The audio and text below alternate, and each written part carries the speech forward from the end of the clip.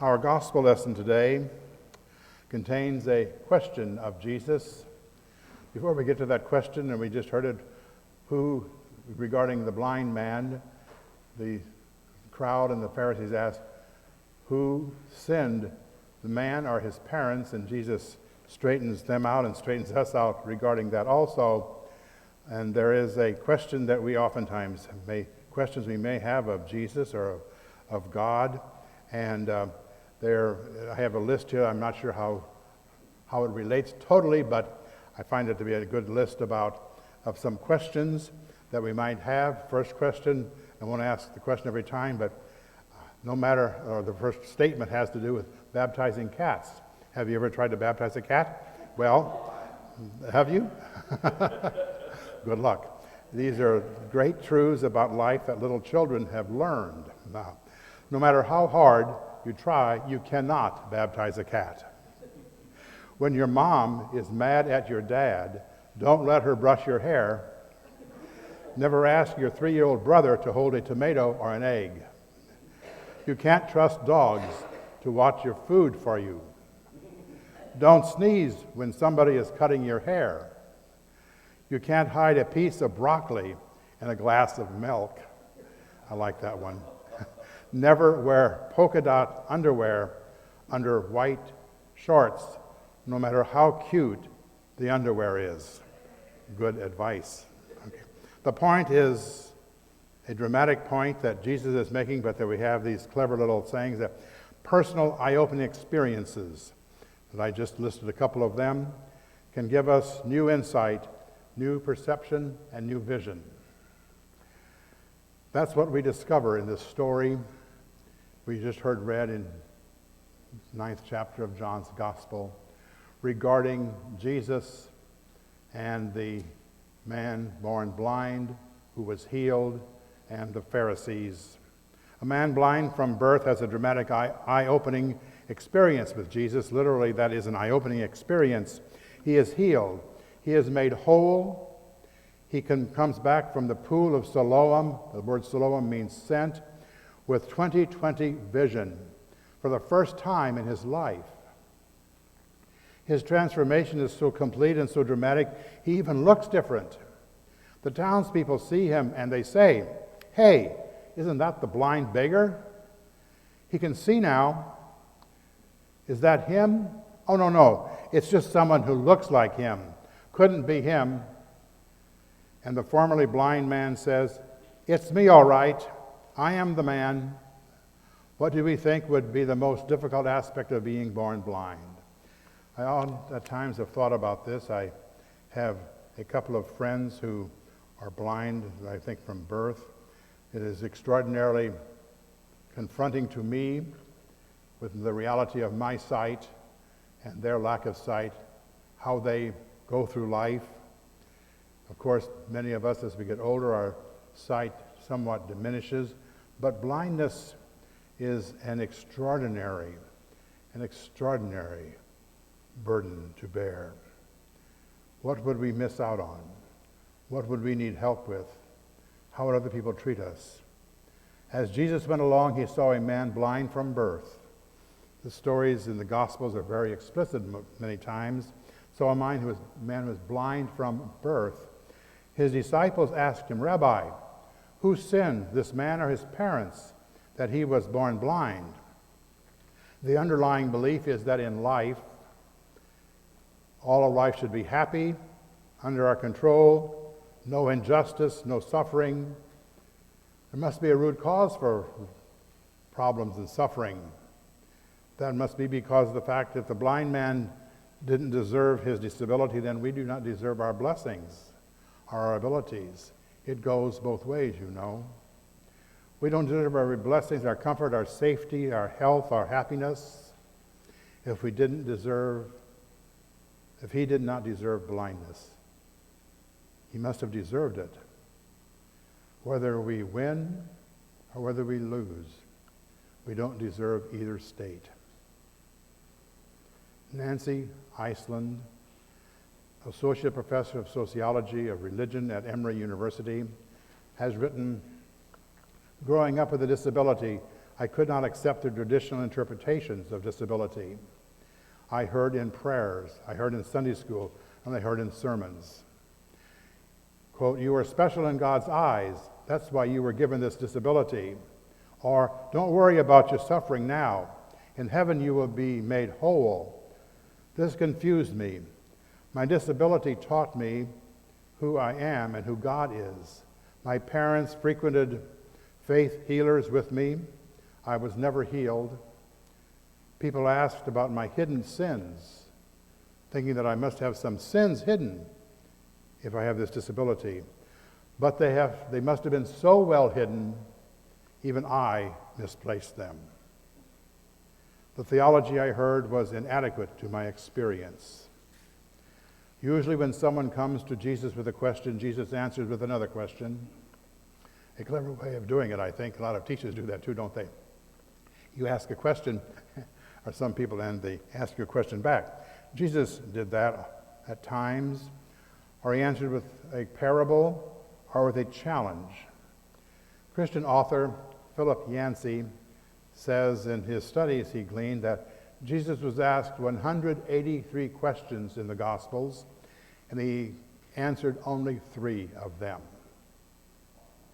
directly. Now, he might have answered some other way, but directly.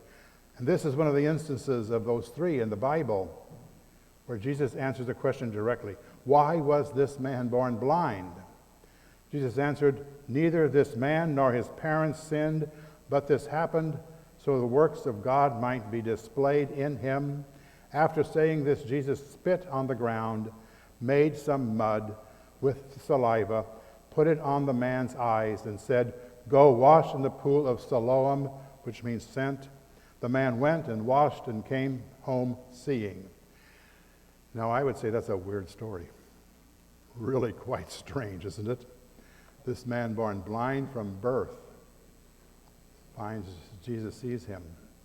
What does Jesus do? He doesn't just touch him and heal him. He takes some dirt, takes some saliva, mixes it up, puts it on the man's eyes, and says, "Go to the pool of Siloam," which is there in Jerusalem, "and wash yourself." And the man did that, and he could see. His blindness was taken away. There are 2 acts of healing in these verses. First is the physical healing. The physical healing from blindness to sight. What a great joy and blessing this man received because he stepped out in faith. He stepped in faith. Jesus told him to do this weird thing, go wash the mud away, and you're going to see. Well, he did that because he had faith. He received his sight. But this first act of healing occurred when the blind man heard Jesus say, "Neither this man nor his parents sinned, but this happened so that the works of God might be displayed in him." So first of all, it was the physical healing to display God's power. Second, Jesus gave the man hope and trust. This hope and trust are evidenced by the fact the blind man got up, did as Jesus said, "Go to the pool of Siloam, wash the mud off your eyes," and he did that. His sight was returned.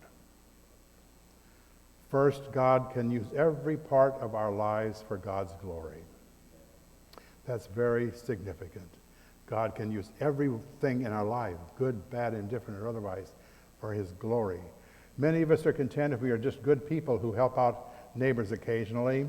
We are not an example of the love, the strength, the power, and the grace of Almighty God. Part of the reason is because we hide our suffering.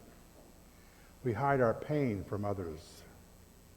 We think our weakness makes us less of a person or less of a witness for Christ. Instead, it's walking in faith through our pain that causes others to see God's glory in our lives. I'm sure we have seen that in others. I have been blessed to see that in how people contend with their diseases and their disabilities and inabilities. They give and witness to the glory of God. Sheila Walsh is an author, a Christian singer, a former co-host of the 700 Club. It was a Christian TV show. She struggled with depression for years but tried to deny it. She has spent her adult life in a very public ministry. She couldn't dare let down her guard and admit how hopeless and sad and burned out and depressed she was, because people would look upon her as being less than this female evangelist on the 700 Club. One day, a guest on the 700 Club said, "Sheila, you ask us every day how we're all doing, but how are you doing?" The question broke through Sheila's carefully constructed image. She broke down in tears and began to cry right there on the air. By that evening, she had checked herself into a psychiatric hospital. She gave up her co-hosting job. She took a step back from her ministries, and she admitted she didn't know who she was anymore. Today, Sheila Walsh is back in ministry, speaking and writing and sharing her struggles with depression, loneliness, anger, hopelessness.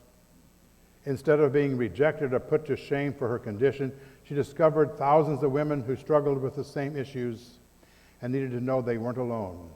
God used her depression to draw her into a deeper relationship of trust with God and to increase and bless her ministry to hurting people.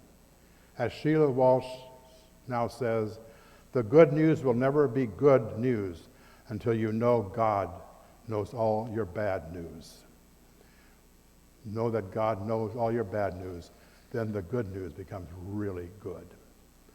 Not only does God know our bad news, God uses our bad news to show others our faith. First, God uses every part of our lives for God's glory. Second, we don't have to understand everything about God. Just share what we do know about God. I think that's an important thing. We don't have to know everything. Share what we know, that's plenty. When the formerly blind man is questioned by his neighbors about his healing, he doesn't go into a long theological discussion or a medical explanation of what happened to the retina and the cornea and the la. No. What does he say? He says, and this is very strange medicine, the man they call Jesus made some mud and put it on my eyes. A few verses later, the Pharisees interrogate the man, but this man turns his hard time into an opportunity to share the truth of Jesus with the Pharisees. He still doesn't know who Jesus is or why Jesus healed him. He thinks Jesus might be a prophet, our gospel lesson says. He shares what he knows. The formerly blind man's story is a story of hope, a story of love, of life and grace. It's a story of what Jesus did in him, and he refused to be silenced by the fear tactics of the Pharisees. What did the Pharisees come up with next? The next time they interrogated him, they accused Jesus of being a sinner. Healing when? On the Sabbath. Whoa, that can get you in trouble. And the formerly blind man said, well, you know what? I don't care. He said these in so many words. He said, whether he is a sinner or not, I don't know. One thing I do know, I was blind, but now I see. Well, that's what he knows. First, God can use every part of our lives for God's glory. Second, we don't have to understand everything about God. Just share what we know. And third, and final part is we never know who needs to hear God's story through us. We, in our lives, are walking scriptures, walking words of God. Larry was driving down Highway 240 in Memphis, Tennessee, when he saw a car pulled off on the side of the highway. He felt strongly God was leading him to stop and help. He pulled behind the stopped car and saw a young woman standing by the side of the road, staring off into space. When he asked her if she needed help, she began to cry. This young mother had just come from St. Jude Children's Hospital, where her 2-year-old son was undergoing treatment for leukemia. Her husband had walked out on the family not long after their child's diagnosis. She was a single mother of a 2-year-old child with leukemia. And this flat tire on the side of the Highway 240 in Memphis just felt like the final straw for this young woman. She felt lost, she felt alone. Larry didn't have a solution for this woman, but he did have a story. He knew now why he had felt the urge to stop to help. 8.5 years earlier, when Larry's little son was just 2 years old, Larry's wife died of leukemia. He knew what it was to be grief-stricken and confused. He knew what it was to be a single parent. He knew what it was to feel alone, helpless, and desperate. He knew what it was to rely on God for his struggle and his strength. Larry began sharing the story of how God worked through his grief and anger and loneliness. Larry shared how God helped him to be a single parent to his son. Larry said, "It was a God thing." I don't recall a lot of what I said to this woman. God just gave me the words, and they flowed out. Larry sat with this woman while she cried. Then he changed her tire and prayed with her. When Larry drove away, he understood how God used his pain in his life to bring comfort and strength to someone in need. We may never get an answer to our why questions. We and I love to ask why. Well, first of all, God uses every part of our lives for God's glory. Second, we don't have to understand everything about God. Just share what we know about God. And the why questions, we ask God for a reason. God gives us a purpose. I love that phrase I found. We ask God for a reason. God gives us a purpose. God is glorified in our weakness. God is glorified in our perseverance. The good news is God uses our bad times to share good news. Thanks be to God for the story of the healing of the blind man who washed in the pool of Siloam. His sight was returned. Thanks be to God for giving us sight, light, faith, and grace. Amen.